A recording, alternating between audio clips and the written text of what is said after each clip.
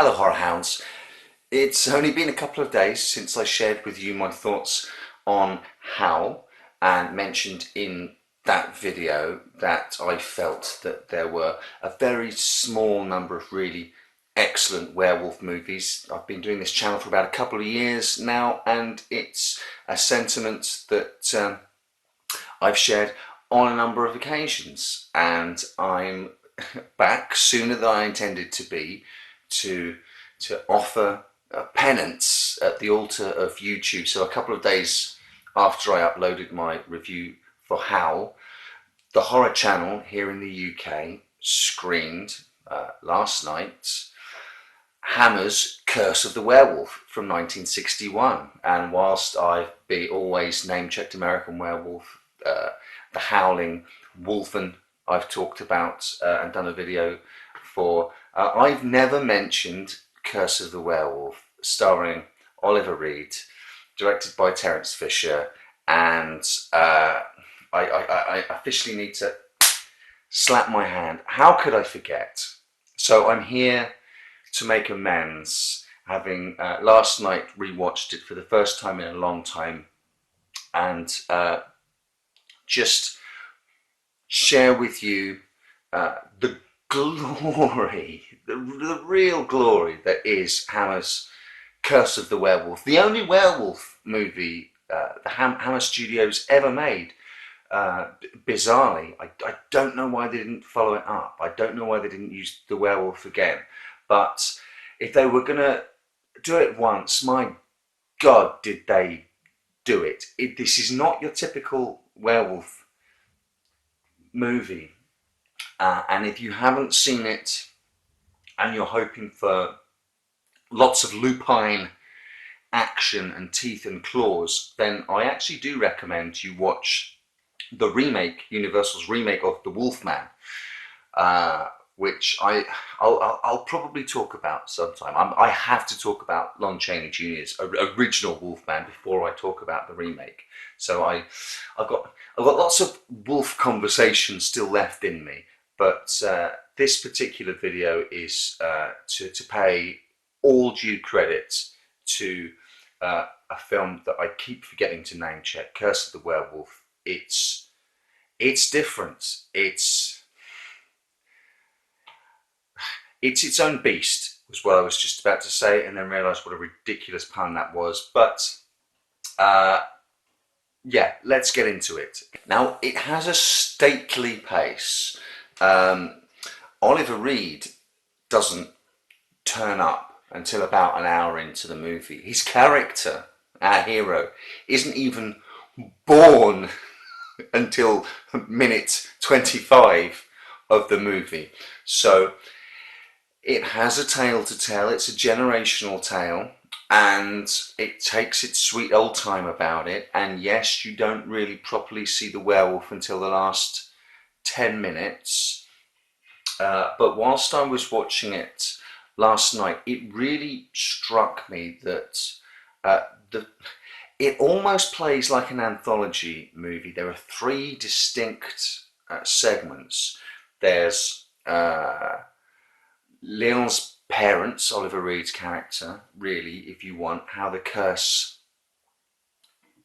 the ball starts rolling on the curse, how the dark stars align to doom this young man before even his conception. Then there's a middle section of young Leon as a child, and then the final section, about the last 50 minutes of the film, Leon as a young man, played by Oliver Reed. And there's a sort of anthology feel to it, even though it's a connected narrative. They're not little short stories. Each sort of act is sort of like a little mini play that just builds towards the tragedy of the character of Leon. The opening credits are played over a close-up of the werewolf's eyes, and he's crying.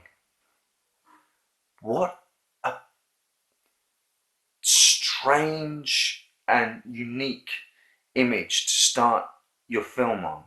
And Terence Fisher here really says to you right from the opening, when you see this dark furrowed brow and the fur around it and the bloodshot eyes, and then slowly tears start to roll down it, that this is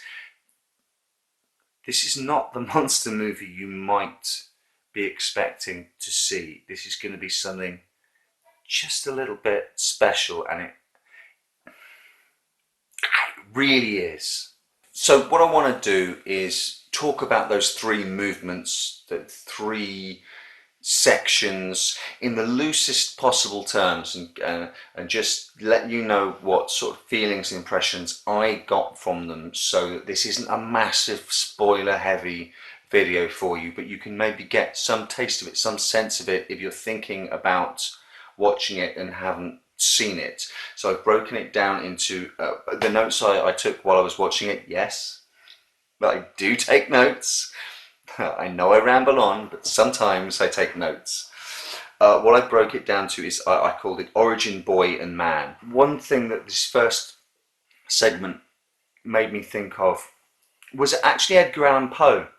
You've got the beggar coming into the town on a day of celebration because the Marquis is getting married, and he goes to the castle to beg for alms, and there's a touch of Hop Frog in there, there's a touch of Mask of the Red Death in there, and of course Roger Corman famously mashed those two stories together for his exquisite Mask of the Red Death. One day we'll get round to Roger Corman's Poe cycle on this channel, and we'll talk about those collaborations with Vincent Price, but there's a flavour of that here. So for the first 20 minutes or so, my mind was racing, thinking, if only Hammer at the height of their powers had adapted the works of Edgar Allan Poe, what wonders we would have seen. The true villain of the piece here, the Marquis, is possibly one of the most evil characters you're ever going to see in film, and the beggar, one of the most sympathetic, and over the course of this opening segment, a poor but dignified man is made animalistic. His humanity is stripped away from him, and he's turned into an animal. The evil of evil men in this movie actually consistently wreaks havoc on the lives of the innocent. Now, the middle section, Leon, born, never knew his father. Mother died during childbirth, raised by his stepfather and his housekeeper in a house full of love. But this section really taps into werewolf folklore. There's a glorious folkloric vibe to this middle section, and the young Leon. You've got the farmers out in the countryside, and their goats are being slaughtered, so the guy whose job it is to protect them, the hunter, believes that there's a wolf abroad and sets out to kill it, but starts to believe that it might be a werewolf. Leon the boy gets shot. There's a wonderful moment where the boy, who is remarkably cast, it really does look like it could be Oliver Reed as a young boy, tells his adopted father, about the day this wolf hunter took him out hunting and shot a squirrel, and tells this really eerie story about how he tried to kiss it to make it better, and tasted the blood on his lips, and from that night on, that's when his nightmares started, and sometimes he dreams he's a wolf. I'm going to bring out the Hamlin Book of Horror, because this section has got real parallels with historic cases of people tried for being a werewolf, and then they give their testimony in court.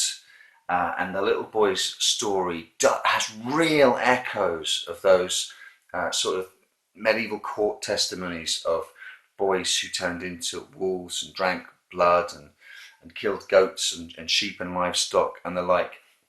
But at the same time, they go and seek counsel from the priest.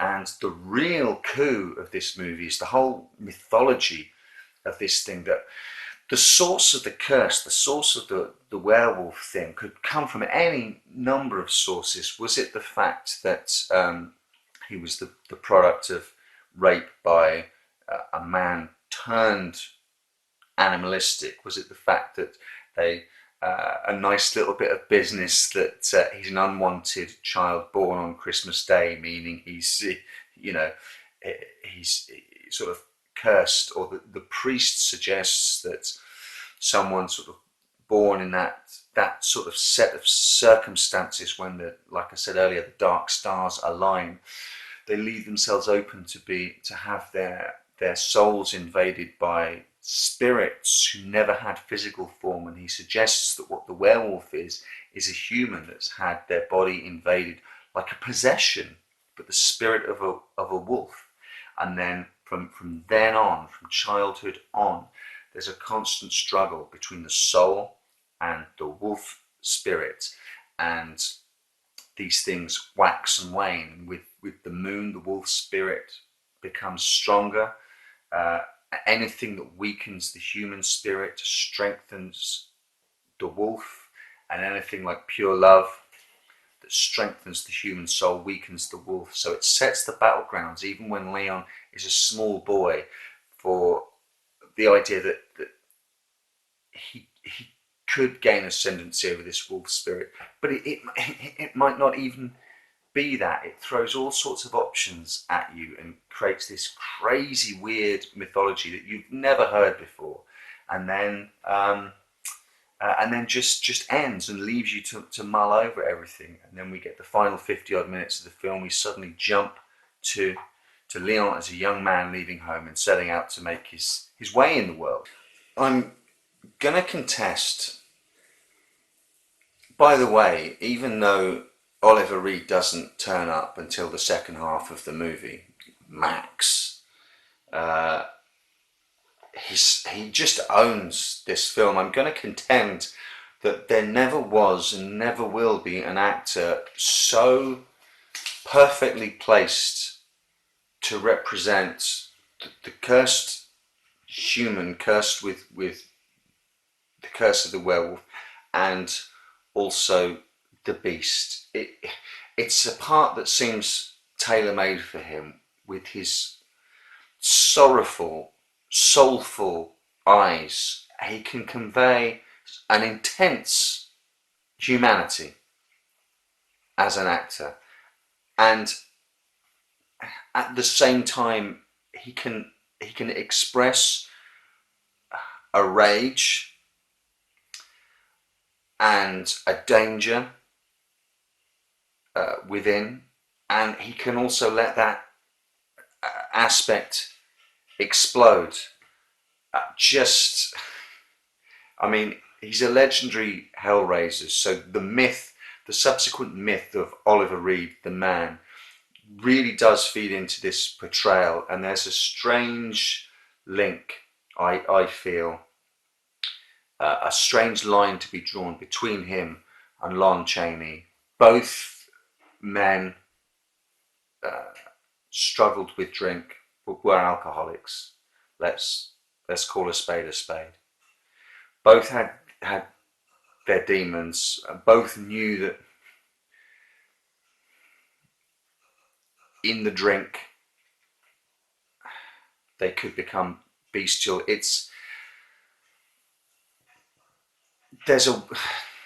How do I put this?